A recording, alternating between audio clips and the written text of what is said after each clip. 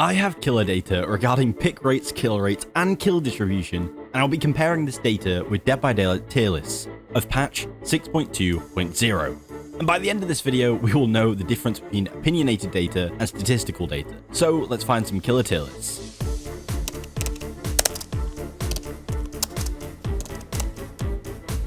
There's not much choice. Well, it looks like we've only got one to choose from. So let's compare Otz's killer tier list of patch 6.2.0 to statistical data taken from the same time.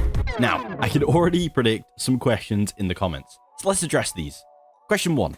Where did this data come from? Well, it all comes from the folks over at Nightlight, who, in their words, crowdsource thousands of matches a month. And that's where this data is from. Second, a tier list considers that killers are their maximum with the best add-ons and best perks. Does the data? No. As the data is crowdsourced, an assumption can be made that the data is from various skill levels, leading to a more overall representation of the killer's killing power rather than their killer's apex. Third, what is defined as a kill from the data? Once again, I can thank Nightlight, as they state a kill is anything other than an escape. Pretty self-explanatory if you ask me. And fourth, how are you going to compare? Now, this is a big one, as it's basically the premise of the video, but in essence, as I have a large data set, there can be a lot of different points made when comparing the data. In order to encapsulate most of this data, I looked at two main factors. The first, how often a killer achieved one kill, and the second, how often a killer would achieve a 3k or 4k, or a win in most people's words. I then ordered the killers on both of these and took an average to create a relative stat tier list. This will be the main point of comparison. I hope that with that, I've answered all the questions you may have. If not, I'm more than happy to respond and answer more in the comments. Over to the comparison. Well, out of the 28 killers, only 2 were in the same place, Deathslinger and Nemesis. But as you can see, there are a few differences between the lists, notably the nurse. Okay. Before you all take to the comments, let's just justify this result.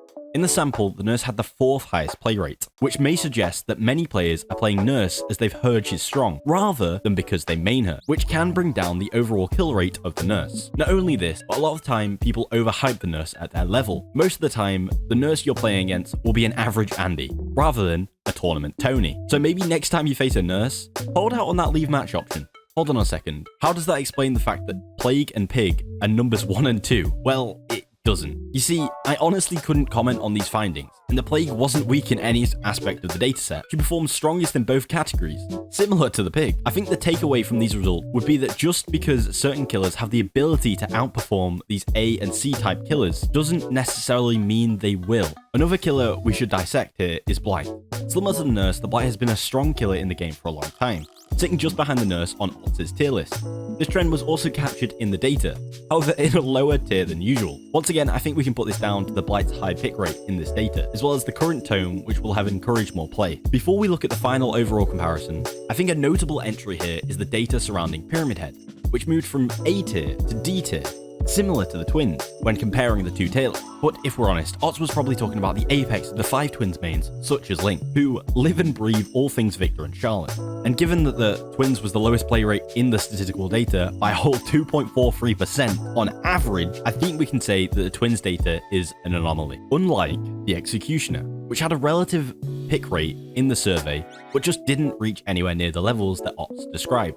Why is this? The main reason I think could be difficulty of play of Pyramid Head. However, I think it's less obvious than that. Due to Pyramid Head's cages ignoring D-Strike and allowing the tunnel, I think a lot of these Pyramid Head players may have tried tunneling and not realized that we were in patch 6.2.0, and off the record is now meta. Some people may disagree, but my analysis of the data would lead me to state that Pyramid Head's data is basically from failed tunneling. Overall, using a similarity formula to compare the two lists, a killer from a statistical survey will be placed 8 places different from the Otz tier list.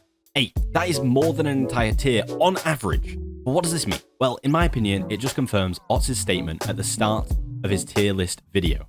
In fact, let's let Otz say it. Some people make tier lists based on tournament performance. Some people make tier lists based on theoretical, no add-on performance. I like mine to be a bit more realistic and to give you a better idea of what it's like to play and play against these killers. So in my tier list, we're assuming that you play on all the maps, that you use a mixture of all of the best add-ons on each killer across all rarities, and that you play against average high MMR survivors, which is sometimes survivor friends, sometimes solo, sometimes something in between. His list refers to killers facing using soft cap high MMR survivors, whereas this data is from thousands of matches with data from all MMR rank, making it more realistic to the scenarios you as a player will encounter, not tournament Tonys. I thought this would be fun to compare and contrast. I meant no disrespect to odds using this, and I just thought it'd be a fun way to do it. And I want to say a huge thank you to the folks over at Nightlight for allowing me to use their data.